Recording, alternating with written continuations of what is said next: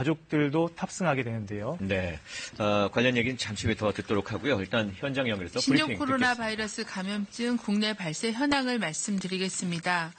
2020년 2월 10일 오전 9시 현재 2,776명의 의사 환자가 신고되었고 금일 추가 확진 환자는 없었으며 총 27명이 확진되었습니다. 1,940명은 검사 결과 음성이 확인되었고 809명은 검사가 진행 중에 있습니다. 확진자의 접촉자는 총 1,762명이고 이 중에 927명이 자가격리로 관리 중에 있습니다. 이 중 9명이 환자로 확진된 바가 있습니다. 어제 신규로 확진된 환자 3명에 대한 역학조사 경과를 말씀드리겠습니다. 27번째 확진 환자는 82년생 중국 국적자로 25번째 환자의 며느리입니다. 지난 11월 17일부터 중국 광둥성을 방문하여 1월 31일 마카오를 통해 인천공항으로 입국하였습니다. 환자는 중국 체류 중인 1월 24일부터 기침 증상이 발생하였으며 1월 31일 입국 이후부터 격리 시점까지 택시, 음식점, 의료기관을 이용하였으며 현재까지 접촉자는 32명이 확인되어 자가격리 등 조치가 진행 중입니다. 26번째 환자는 68년생 한국 국적자로 27번째 환자와 같이 1월 31일 마카오에서 인천공항으로 귀국하였으며 2월 8일 인후통 증상이 발생하였습니다. 증상 발현 1일 전부터 격리 시점까지 접촉한 대상자가 어머니인 25번째 확진자의 접촉자와 동일하여 26번째 환자로 인한 추가 접촉자는 없는 상태입니다. 26번째, 27번째 환자는 무역업에 종사하며 후베이성 우한시를 방문한 적은 없었고 광둥성에 체류 당시에도 현지 의료기관이나 시장을 방문한 적은 없고 또한 야생동물을 섭취하거나 접촉한 적은 없었다고 합니다. 또한 확진 환자를 접촉한 기억은 없다고 진술하였으며 현지에서 많은 중국인을 만난 것은 맞는 상황입니다. 25번째 환자는 46년생 한국 국적자로 증상 발현 1일 전부터 격리 시점까지 슈퍼마켓 의료기관을 방문하였으며 현재까지 접촉자는 11명이 파악되어 자가격리 등 조치가 진행 중입니다.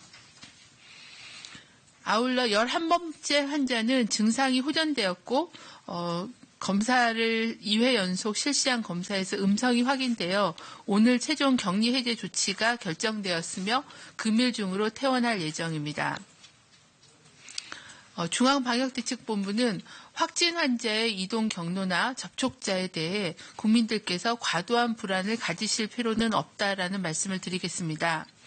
확진 환자가 방문한 장소는 역학조사를 하는 과정에 파악이 돼서 모두 철저한 소독 조치를 취하고 있으며 코로나 바이러스의 특성상 노출 표면을 깨끗이 소독하면 사실상 감염 가능성은 없습니다. 코로나 바이러스는 대기 중에 배출되면 감염력이 급격히 낮아지고 소독을 실시하면 당일로 사멸됩니다. 현재 소독제 사용에 따른 위해 가능성 등을 고려해서 소독한 다음 날까지는 사용 제한을 하고 있으므로 이후에는 안전하게 해당 장소를 사용하실 수 있습니다. 과도하게 공간에 대한 폐쇄를 하거나 기피할 필요가 없다라는 말씀을 드립니다. 또한 확진자의 접촉자에 대해서는 역학조사를 통해 노출 여부를 면밀히 파악하고 전원 자가격리로 관리를 하고 있습니다. 환자와의 접촉자는 증상 발현이 될 경우에 추가적인 노출을 막기 위해서 그리고 신속하게 감염 여부를 확진하기 위해서 자가격리로 관리를 하고 있습니다. 하지만 접촉자는 현재 그 환자가 아니므로 감염력이 없는 상황입니다. 하물며 접촉자의 접촉자는 더 감염의 우려가 없으므로 접촉자와 거주, 근무하는 공간이 같이 있었다라는 이유만으로 감염이 될 것이라는 과도한 불안감을 가지실 필요는 없습니다. 중앙방역대책본부는 국민들의 관심과 협조 속에서 현재까지 감염병 확산을 최대한 억제하고 있으며 국민들께서는 기본적인 감염병 예방 수칙 준수를 재차 강조드립니다. 계속 강조드리는 거지만 가장 중요한 예방 수칙은 손 씻기입니다. 비누를 이용하여 30초 이상 흐르는 물에 손을 꼼꼼하게 씻는 거가 가장 중요한 감염병의 예방 수칙입니다. 두 번째로는 기침 예절을 준수해 주시기를 당부를 드립니다. 세 번째는 발열 또는 호흡기 증상이 발현되는지 스스로 면밀히 관찰하는 것이 중요하겠습니다. 중국을 방문한 후에 14일 이내에 발열 또는 호흡기 증상이 있으신 분들은 곧바로 의료기관 진료를 받으시지 말고 반드시 선별진료소가 있는 의료기관을 방문하여 진료를 받아주시길 바랍니다.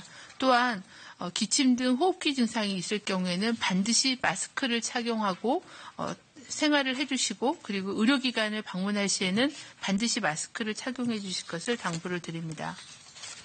네, 이상입니다. 네, 지금부터 질의응답 시간 가지겠습니다.